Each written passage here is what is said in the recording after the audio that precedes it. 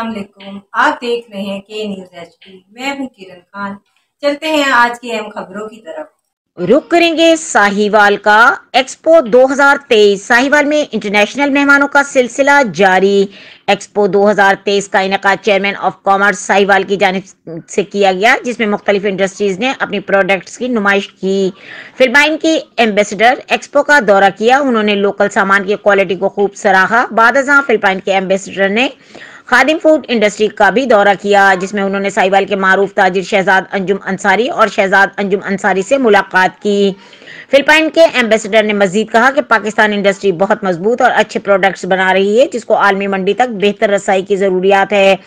इस मौके पर शहजाद अंजुम अंसारी की जानिब से इनका शुक्रिया अदा किया गया। शहजाद अंजुम अंसारी ने मजीद कहा कि मौजूदा महंगाई को एक ही सूरत में काबू किया जा सकता है कि अगर हम अपनी बरामदात को बढ़ाएं और बरामदात के इजाफे से बंद इंडस्ट्रीज को खोल सकते हैं और रोजगार के नए मौके पैदा किए जा सकते हैं।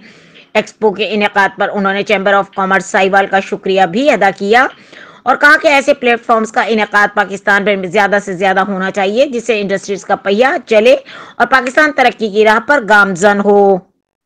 मजीद खबरों और अपडेट्स के लिए हमारे साथ रहिएगा। तब तक के लिए अपना ख्याल रखें। अल्लाह हाफिज।